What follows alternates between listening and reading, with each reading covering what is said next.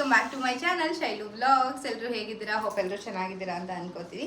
ಇವತ್ತಿನ ವ್ಲಾಗ್ನ ನಾನು ಆಫ್ಟರ್ನೂನ್ ಐ ಥಿಂಕ್ 11:30 12 ಆಗಿದೆ ಇವಾಗ ಶುರು ಮಾಡಿದ್ದೀನಿ. ಸೊ ನಾನಂತೂ ಫುಲ್ ಸ್ಯಾರಿ ಹಾಕೊಂಡು ರೆಡಿ ಆಗಿದ್ದೀನಪ್ಪ. ಏನಕ್ಕೆ ಅಂತ ಕೇಳೋದಾದರೆ ಇವತ್ತು ಹಬ್ಬ ಇದೆ, ಮಾರಿ ಹಬ್ಬ ಇದೆ. ಸೊ ಹಾಗಾಗಿ ದೇವಸ್ಥಾನಕ್ಕೆ ಹೋಗಿ ಪೂಜೆ ಎಲ್ಲ ಮಾಡಿಸ್ಕೊಬರ್ಬೇಕಂದ್ಬಿಟ್ಟು ಮಮ್ಮಿ, ನಾನು, ಬುಜ್ಜಿ, ಡ್ಯಾಡಿ ಎಲ್ಲರೂ ರೆಡಿ ಆಗಿದ್ದೀವಿ. ಈ ಸ್ಯಾರಿ ಹೆಂಗಿದೆ ಅಂತ ಹೇಳಿ ನಾನು ಮತ್ತೆ ಮಮ್ಮಿ ಇಬ್ರು ಒಂದೇ ಥರ ಸ್ಯಾರಿ ತಗೊಂಡಿದ್ದೀವಿ ಆ್ಯಂಡ್ ವೇರ್ ಕೂಡ ಮಾಡಿದ್ದೀವಿ, ಕಲರ್ ಚೇಂಜ್ ಅಷ್ಟೇನೆ. ಸೊ ಇದು ನನಗೆ ಲೈಕ್ ಆಯಿತು ಆ್ಯಂಡ್ ಮಮ್ಮಿಗೂ ಕೂಡ ಅದು ಚೆನ್ನಾಗಿದೆ ಅಂತ ಅಂದ್ಬಿಟ್ಟು ಅದನ್ನೇ ಚೂಸ್ ಮಾಡಿದ್ವಿ. ಈಗ ಬರ್ತಾರೆ ಮಮ್ಮಿ. ನೋಡಿ, ಸೇಮ್ ಟು ಸೇಮ್, ಬಟ್ ಅದೇ ನಮ್ಮ ಮಮ್ಮಿ ಈ ಥರ ವೇರ್ ಮಾಡಿಲ್ಲ, ನಾನು ಆ ಥರ ವೇರ್ ಮಾಡಿಲ್ಲ. ನಾನು ಅಂದರೆ ಯಾವ್ದು ಜಾಸ್ತಿ ಸಿಂಗಲ್ ಪಿನ್ನೇ ನನಗೆ ಇಷ್ಟ ಆಗೋದು, ಹಾಗಾಗಿ ಸಿಂಗಲ್ ಪಿನ್ನೇ ಮಾಡಿಬಿಡ್ತೀನಿ. ನೋಡಿ, ಈ ಥರ ಹಾಕ್ಬಿಟ್ರೆ ಎಷ್ಟು ಅದಾಗಿರುತ್ತೆ ಆ್ಯಂಡ್ ಎಷ್ಟು ಬ್ಯೂಟಿಫುಲ್ ಆಗಿ ಕಾಣಿಸ್ತಾ ಇದೆ ಅಂತ ನೋಡಿ. ಫುಲ್ ಬ್ಲ್ಯಾಕ್ ಅಟ್ರಾಕ್ಟಿವ್ ಆಗಿದೆ. ನಾನು ಈ ಕಲರ್ ಕಾಂಬಿನೇಷನಲ್ಲಿ ಇರಲಿಲ್ವಲ್ಲ, ನನ್ನ ಹತ್ರ ಈ ಥರ ಕಲರೇ ಇಲ್ಲ ಅಂತ ಅಂದ್ಬಿಟ್ಟು ನೋಡೋಣ ಅಂತ ಅಂದ್ಬಿಟ್ಟು ತೊಗೊಂಡೆ. ನಾನು ಬ್ಲ್ಯಾಕ್ ಮರೂನ್ ನನಗೆ ಸಿಕ್ಕಾಬಟ್ಟೆ ಇಷ್ಟ, ಆದರೂ ಬ್ಲ್ಯಾಕ್ ತಗೊಂಡಿದ್ದೀನಿ, ಚೆನ್ನಾಗಿದೆ, ಇಷ್ಟ ಆಯ್ತು. But very comfortable to wear ಅಂತ ಹೇಳ್ಬೋದು. ಏನು ಪ್ರೈಸ್ ಮಮ್ಮಿ ಇದಕ್ಕೆ? ಮಗ್ಗದ ಸ್ಯಾರಿ, ಮಗ್ಗದ ಮನೆ ಐ ಥಿಂಕ್ ಶಾಪ್ ಇದೆ, ಅಲ್ಲಿ ತೊಗೊಂಡಿದ್ದು. ಏನು ಪ್ರೈಸ್ ಗೊತ್ತಿಲ್ಲ, ಒಟ್ಟು 15,000 20,000 3000 ಸಮಥಿಂಗ್ ಅನ್ಸುತ್ತೆ ಮಮ್ಮಿ, ಗೊತ್ತಿಲ್ಲ ಒಂದು ಸ್ಯಾರಿಗೆ. ಬಟ್ ಕ್ವಾಲಿಟಿ ನಮಗೆ ಕಂಫರ್ಟೇಬಲ್ ವೇರ್ ಮಾಡಬೇಕು ಅಂತ ಅಂದ್ಕೊಂಡಿದ್ರೆ ತುಂಬಾ ಇದು ಒಂಥರ ಸಿಲ್ಕ್ ಥರ ಸಾಫ್ಟ್ ಮೆಟೀರಿಯಲ್ ತುಂಬ ಚೆನ್ನಾಗಿದೆ. ಆ್ಯಂಡ್ ನನ್ನ ಸ್ಯಾರಿ ಹೆಂಗಿದೆ ಅಂತ ನಾನು ಹೊರಗಡೆ ತೋರಿಸ್ತೀನಿ ಕಂಪ್ಲೀಟಾಗಿ ಮೇಲಿಂದ ಕೆಳಗಡೆ. ಆ್ಯಂಡ್ ನಾವಿಬ್ರು ಈ ಥರ ರೆಡಿ ಆಗಿದ್ದೀವಿ. ಸೊ ಹೆಂಗೆ ಕಾಣಿಸ್ತಾ ಇದೀವಿ ಅಂತ ಕಾಮೆಂಟ್ ಮಾಡಿ. After a long time sari ಕಾಣಿಸ್ತೀವಿ, ನಾನೇ ಹೇಳ್ತೀನಿ. After a long time sari ಎಲ್ಲ ವೇರ್ ಮಾಡಿಕೊಂಡು ಇವಾಗ ದೇವಸ್ಥಾನಕ್ಕೆ ಹೋಗ್ತಾ ಇದ್ದೀವಿ. ಯಾವ ದೇವಸ್ಥಾನ ಮಮ್ಮಿ? ನಮ್ಮ ಗ್ರಾಮ ದೇವತೆ ಚೌಡಳ್ಳಿ ಮಾರಮ್ಮ ಅಂತೇಳಿ, ನಮ್ಮ ಗಂಡನ ಮನೆ ಗ್ರಾಮ ದೇವತೆ. ಅಲ್ಲೇ ಹತ್ರ ನಮಗಿಲ್ಲಿ ನಮ್ಮ ಸಿಟಿಗೆ ದೇವಸ್ಥಾನಕ್ಕೆ 2 ಕಿಲೋಮೀಟ್ರ್ ಅಷ್ಟೇ, ಪಕ್ಕ ರಿಂಗ್ ರೋಡ್ ಪಕ್ಕದಲ್ಲೇನೆ ಅಲ್ವಾ, ಹಂಗಾಗಿ ಹತ್ರನೇ, ಏನು ದೂರ ಹೋಗ್ಬೇಕಾಗಿಲ್ಲ. ಹೇಳ್ತಾನೆ ಇದ್ದೆ ಮಾರಿ ಹಬ್ಬ ಸೀಸನ್ ಅಂತ. ಸೊ ಮಾರಿ ಹಬ್ಬ ಲಾಸ್ಟ್ ನಾನು ಎವ್ರಿ ಟೈಮ್ ತೋರಿಸ್ತಾನೆ ಇರ್ತೀನಿ, ವರ್ಷನೂ ಈ ಸೀಸನಲ್ಲಿ ನಾನು ತೋರಿಸ್ತಾನೆ ಇರ್ತೀನಿ ಹಬ್ಬ ಹೋಗ್ತಾ ಇದ್ದೀವಿ ಅಂತ. ಸೊ ಬನ್ನಿ ಇವಾಗ ಹೋಗೋಣ. ಎಸ್, ಇವಾಗ ಕ್ಯಾಬ್ ಕೂಡ ವೆಯ್ಟ್ ಮಾಡ್ತಾ ಇತ್ತು, ಹೊರಟಿದ್ದೀವಿ. ಏನಿಲ್ಲ, ನಮ್ಮ ಮನೆಯಿಂದ 1-2 ಕಿಲೋಮೀಟರ್ ಅಷ್ಟೇನೆ. ನಾನು ಬೈಕಲ್ಲೇ ಹೋಗೋಣ ಮಮ್ಮಿ ಅಂತ ಅಂದೆ. ಮಮ್ಮಿ ಇಲ್ಲ, ಬೇಡ, ನಾವೆಲ್ಲರೂ ಕಾರಲ್ಲೇ ಹೋಗ್ಬಿಡೋಣ, ನಿನಗೂ ಯಾಕೆ ಸುಮ್ಮನೆ ಟಯರ್ಡ್ ಆಗ್ತೀಯ ಅಂತ ಅಂದ್ಬಿಟ್ಟು ಕಾರಲ್ಲೇ ಹೋಗ್ತಾ ಇದ್ವಿ. ಸೊ ದೇವಸ್ಥಾನಕ್ಕೆ ಬಂದ್ವಿ. ದೇವಸ್ಥಾನ ಹೋದ್ಸಲ ಇನ್ನೂ ಫುಲ್ ಕನ್ಸ್ಟ್ರಕ್ಷನ್ ಆಗಿರಲಿಲ್ಲ, ಇವಾಗ ಕಂಪ್ಲೀಟಾಗಿ ಕನ್ಸ್ಟ್ರಕ್ಷನ್ ಆಗಿದೆ. ನಾನು ಹೋದ ವರ್ಷನೂ ತೋರಿಸಿದಾಗ ಪೇಂಟಿಂಗ್ ಆಗಲಿ, ಗೋಪುರ ಅದೆಲ್ಲ ಇನ್ನೂ ಆಗ್ತಾಯಿತ್ತು, ವರ್ಕಲ್ಲಿತ್ತು. ದೇವಸ್ಥಾನ ತುಂಬಾ ಚೆನ್ನಾಗಿ ದೇವಸ್ಥಾನ ನಿರ್ಮಾಣ ಆಗಿದೆ ಅಂತಲೇ ಹೇಳ್ಬೋದು. ಮಾರಿಗುಡಿ ಅಂತ ಅಂದರೆ ಎಲ್ಲರೂ ಗೊತ್ತಿರುತ್ತೆ, ಅವರೂರಲ್ಲಿ ಮಾರಮ್ಮನ ದೇವಸ್ಥಾನ ತುಂಬಾ ಸ್ಪೆಷಲ್ ಆಗಿರುತ್ತೆ.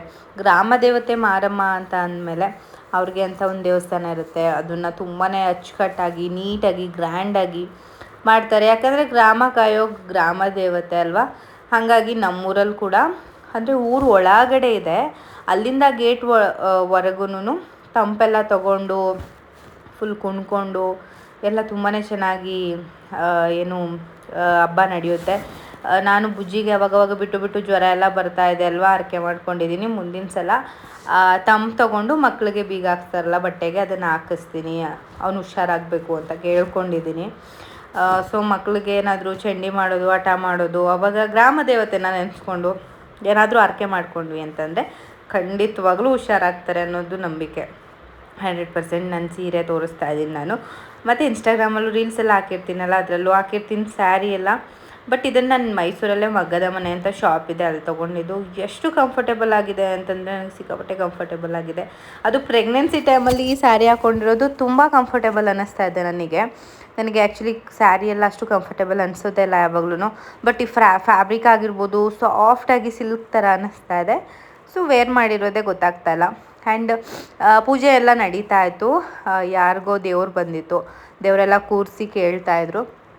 ನಾನು ಏನಕ್ಕೆ ವಾಯ್ಸ್ ಓವರ್ ಕೊಡ್ತಾ ಇದ್ದೀನಿ ಅಂತ ಅಂದರೆ ಮೈಕಲ್ಲಿ ದೇವ್ರ ಸಾಂಗ್ ಎಲ್ಲ ಹಾಕಿರ್ತಾರಲ್ವ, ಹಾಗಾಗಿ ಅಲ್ಲಿ ದೇವಸ್ಥಾನದಲ್ಲಿ ಪೂಜೆ ಎಲ್ಲ ಮಾಡಿಸ್ಕೊಂಡು ಆಚೆ ಬಂದ್ವಿ. ಇಲ್ಲಿ ಅಂದರೆ ಮಡೆ ಹುಯ್ತಾ ಇದ್ದಾರೆ, ನಮ್ಮ ಕಡೆ ಮಾರಿ ಹಬ್ಬಕ್ಕೆ ಮಡೆ ಎಲ್ಲ ಹುಯ್ತಾರೆ. ಅವ್ರವ್ರ ಮನೆಗೆ ಮಡೆ ಹುಯ್ಕೊಂಡು ತೊಗೊಂಡೋಗ್ತಾರೆ. ಅಂದರೆ ಪೊಂಗಲ್ ಮಾಡ್ತಾಯಿದ್ದಾರೆ, ಸ್ವೀಟ್ ಪೊಂಗಲ್ ಎಲ್ಲ ಮಾಡ್ತಾಯಿರ್ತಾರೆ. ಇದು ಮಾರಮ್ಮನ ದೇವಸ್ಥಾನದಲ್ಲಿ ಮಾಡುವಂಥ ಪದ್ಧತಿ. ಅಂದರೆ ಒಂದೊಂದು ಕಡೆ ಒಂದೊಂದು ಥರ ಮಾಡ್ತಾರೆ. ಹಂಗಾಗಿ ನಮ್ಮ ಊರವರೆಲ್ಲ ಆಲ್ರೆಡಿ ಮಾಡಿ ಆ ಕಡೆ ಇಟ್ಟಿದ್ದಾರೆ. ಇನ್ನೂ ಮಾಡೋರು ಮಾಡ್ತಾ ಇದ್ದಾರೆ, ರೆಡಿ ಮಾಡಿ ಇಟ್ಟಿರೋರು ಇದ್ದಾರೆ. ಸೊ ತುಂಬ ಚೆನ್ನಾಗಿ ಮಾಡ್ತಾರೆ. ಊರ ಹಬ್ಬ ಅದರಲ್ಲೂ ದೊಡ್ಡ ದೊಡ್ಡ ಊರಿತ್ತು ಅಂತ ಅಂದರೆ ಇನ್ನೂ ಚೆನ್ನಾಗಿರುತ್ತೆ. ನಾವು ಎಲ್ಲ ಕಡೆ ಪೂಜೆನ ಮಾಡಿಸ್ಕೊಂಡು ಬರ್ತಾಯಿದ್ವಿ. ಇಲ್ಲಿ ಇವರೆಲ್ಲರೂ ರಿಲೇಟಿವ್ಸ್, ನಮ್ಮ ಡ್ಯಾಡಿ ಮಮ್ಮಿ ನಮಗೆಲ್ಲ ರಿಲೇಟಿವ್ಸ್ ಇವರು, ಊರ ಯಜಮಾನ್ರು. ಅವರೆಲ್ಲರಿಗೂ ಯೂಟ್ಯೂಬಲ್ಲಿ ವೀಡಿಯೋಸ್ ನೋಡೋಕ್ಕೆ ಇಷ್ಟ ಆ್ಯಂಡ್ ವೀಡಿಯೋಸ್ ಮಾಡಿ ಮಾಡಿ ಮಾಡಿ ಅಂತ ಹೇಳ್ತಾ ಇರ್ತಾರೆ ಎನಿ ಟೈಮ್. ಹಾಗಾಗಿ ನಮಗೂ ಖುಷಿ ಅಲ್ವಾ, ವೀಡಿಯೋಸ್ನ ಮಾಡಬೇಡಿ ಅನ್ನೋರು ತುಂಬ ಜನ ಇರ್ತಾರೆ. ಬಟ್ ನಮ್ಮನ್ನು ವೀಡಿಯೋಸ್ ಮಾಡಿ ಅಂತ ಅಂದರು ಅಂತಂದರೆ ನಮಗೂ ಏನೋ ಖುಷಿ ಆಗುತ್ತೆ, ನಮಗೂ ವೀಡಿಯೋ ಮಾಡೋದಕ್ಕೆ ಖುಷಿ. ಸೊ ಹಾಗಾಗಿ ವೀಡಿಯೋ ಎಲ್ಲ ಮಾಡ್ತಾಯಿದ್ದೀವಿ. ಇನ್ನೇನು ಒಂದು 1 hour 1.5 hour ತಂಪೆಲ್ಲ ತೊಗೊಂಡು ಬಂದ್ಬಿಡ್ತಾರೆ ದೇವಸ್ಥಾನಕ್ಕೆ. ಆವಾಗ ಇನ್ನೂ ಚೆನ್ನಾಗಿರುತ್ತೆ. ಆದರೆ ನಾನು ಈ ಸಲ ಜಾತ್ರೆ ನೋಡ್ಬೇಕಂತ ಅಂದ್ಕೊಂಡೆ, ಬುಜ್ಜಿಗೆ ಹುಷಾರಿಲ್ಲ ಅಂದ್ಬಿಟ್ಟು ಬೇಗನೆ ಪೂಜೆ ಮಾಡಿಸ್ಕೊತಾಯಿದ್ವಿ. ಮತ್ತು ಇಲ್ಲಿ ಪ್ರಸಾದ ಎಲ್ಲ ಕೊಡ್ತಾಯಿದ್ವು. ಪ್ರಸಾದನೂ ಇಸ್ಕೊಂಡು ತಿಂದ್ಕೊಂಡು ಇವಾಗ ಮನೆ ಕಡೆ ಹೊರಡೋಣ ಅಂದ್ಬಿಟ್ಟು ಹಾಗೆ ಚಿಕ್ಕದಾಗಿ ವಿಡಿಯೋ ಕ್ಲಿಪ್ಪಿಂಗ್ ತೊಗೋತಾಯಿದ್ದೆ. ದೇವ್ರ ಪ್ರಸಾದನೂ ಏನೋ ಒಂಥರ ಟೇಸ್ಟು. ನಾನು ಒಬ್ಳಿಗಂಗೆ ಅನಿಸುತ್ತೆ, ಎಲ್ರಿಗೂ ಅನಿಸುತ್ತೋ ಗೊತ್ತಿಲ್ಲ. ನನಗೆ ದೇವ್ರ ಪ್ರಸಾದ ತುಂಬಾ ಇಷ್ಟ ಆಗುತ್ತೆ. ಈ ಬಾತು ಪುಳಿಯೋಗರೆ ಎಲ್ಲ ಸಿಕ್ಕಾಪಟ್ಟೆ ಇಷ್ಟ ಆಗುತ್ತೆ. ಮನೆಗೆ ಬಂದು ಒಳ್ಳೆ ರೆಸ್ಟ್ ಮಾಡಿದ್ದಾಯಿತು. ನಾನಂತೂ ಊಟ ತಿನ್ನಲಿಲ್ಲ. ಒಂದು 2 hours ರೆಸ್ಟ್ ಮಾಡಿ ಫ್ರೂಟ್ಸ್ ಎಲ್ಲ ಒಣಗಿಸ್ತಾ ಇದೆಯಾ ಅಂದ್ಕೊಂಡು ಬೈತಾಯಿದ್ರು ಮಮ್ಮಿ. ಸೊ ಇವತ್ತು ಫ್ರೂಟ್ಸ್ ಆದರೂ ತಿಂದ್ಬಿಡೋಣ, ಅವ್ರ ಕೈಯಲ್ಲಿ ಬೈಸ್ಕೊಳ್ಳೋದು ತಪ್ಪುತ್ತೆ ಅಂದ್ಬಿಟ್ಟು ಫ್ರೂಟ್ಸ್ ಕಟ್ ಮಾಡ್ತಾಯಿದ್ದೀನಿ. ನನಗೆ ಎಲ್ಲ ಚೆನ್ನಾಗಿದ್ರೆ ತಿನ್ನೋದಕ್ಕೆ ಒಂಥರ, ಅದರಲ್ಲಿ ಬುಜ್ಜಿಗೆಲ್ಲ ಹುಷಾರಿಲ್ಲದೆ ಇದ್ದಾಗ ನನಗೆ ಒಂಥರ ಅನಿಸ್ಬಿಡುತ್ತೆ. ಅವನು ತಿನ್ನಲ್ಲ, ಅವ್ನು ಚೆನ್ನಾಗಿದ್ರೆ ನಾನು ತಿನ್ನಬೇಕಾದ್ರೆ ಅವನು ತಿಂತಾನೆ ಜೊತೆಗೆ. ಬಟ್ ಅವನಿಗೆ ಹುಷಾರಿಲ್ಲ ಅಂತಂದರೆ ನನಗೆ ತಿನ್ನೋದಕ್ಕೂ ಮನಸ್ಸಾಗಲ್ಲ, ನನಗೆ ಏನು ತಿನ್ನಬೇಕು ಅಂತಲೂ ಅನಿಸಲ್ಲ. ಸೊ ಹಾಗಾಗಿ ನಾನು ತಿಂತಾ ಇರಲಿಲ್ಲ. ಮಮ್ಮಿ ಬೈತಾಯಿದ್ರು, ಎಲ್ಲ ಒಣಗಿಸ್ತಾ ಇದೆಯಾ, ನಿನಗೆ ಅಂತ ತಂದಿರೋದಲ್ವ, ತಿನ್ನು, ಒಂದಾದರೂ ತಿನ್ನು, ಒಂದೇ ಸಲ ತಿನ್ನು ಅಂತ ಯಾರು ಹೇಳ್ತಾರೆ ನಿನಗೆ ಅಂದ್ಕೊಂಡು ಬೈತಾಯಿದ್ರು. ಆ್ಯಂಡ್ ಆ್ಯಪಲ್ಲೂ ಸ್ವಲ್ಪ ಆರೆಂಜು ಎಲ್ಲ ಬಿಡಿಸಿ ಬುಜ್ಜಿಗೂ ಸ್ವಲ್ಪ ಕೊಡೋಣ, ಅವನಿಗೂ ಒಂಥರ ಸಪ್ಪೆ ಥರ ಅನಿಸ್ಬಿಟ್ಟಿರುತ್ತೆ. ಅವ್ನು ಊಟನೂ ಕರೆಕ್ಟಾಗಿ ಮಾಡ್ತಿಲ್ಲ ಇವಾಗ ಅಂದ್ಬಿಟ್ಟು ಇಲ್ಲಿ ಕಟ್ ಮಾಡ್ತಾಯಿದ್ದೀನಿ. ಮತ್ತು ನಾಳೆ ಊಟ ಮಾರಿ ಹಬ್ಬ ಇವತ್ತಾಯಿತು ಅಂದರೆ ಇವತ್ತು ನೈಟೇನೇ ಮರಿ ಕುಯ್ತಾರೆ, ಇಲ್ಲ ನಾಳೆ ಬೆಳಗ್ಗೆ ಕುಯ್ಯೋರು ಕುಯ್ತಾರೆ. ಜಾತ್ರೆ ಆದಮೇಲೆ ಧೂಳು ಮರಿ ಎಲ್ಲ ಹೊಡ್ಕೊಂಡು ತಗೊಂಡೋಗ್ತಾರೆ ಅಲ್ವಾ. ಸೊ ಹಾಗಾಗಿ ಊಟ ನಾಳೆ ಇರುತ್ತೆ. ಅಂದರೆ ರಿಲೇಟಿವ್ಸ್ ಎಲ್ಲ ಬರೋದು ನಾಳೆ ಬರ್ತಾರೆ, ಗ್ರ್ಯಾಂಡಾಗಿ ಮಾಡೋರು. ಬಟ್ ನಾವು ತೋಟದಲ್ಲಿ ಊರಲ್ಲಿ ಎಲ್ಲ ಇದ್ದಾಗ ಮಾಡ್ತಾಯಿದ್ವಿ. ಇಲ್ಲಿ ಗೊತ್ತಲ್ಲ ರೆಂಟೆಡ್ ಹೌಸ್ ಅಂತ ಅಂದರೆ ಆ ಥರ ಎಲ್ಲ ಮಾಡೋದಕ್ಕೆ ಸ್ವಲ್ಪ ಒಂದಷ್ಟು ರೆಸ್ಟ್ರಿಕ್ಷನ್ಸ್ ಎಲ್ಲ ಇರುತ್ತೆ.